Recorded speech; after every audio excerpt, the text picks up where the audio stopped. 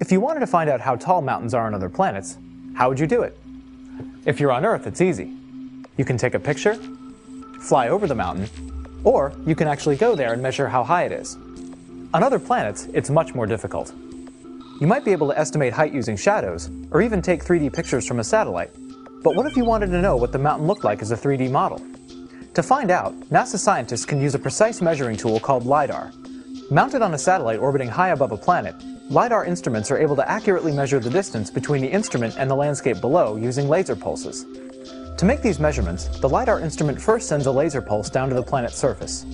The pulse hits the ground and reflects back to the instrument, where an onboard counter measures the time it took the pulse to make its trip.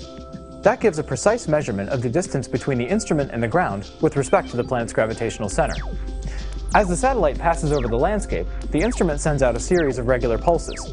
By recording and combining these measurements, scientists can use the instrument to gradually build up a map of the height of the terrain. After many more measurements, the end result is a high-resolution 3D model that scientists can view as if they are actually on a planet flying over the terrain.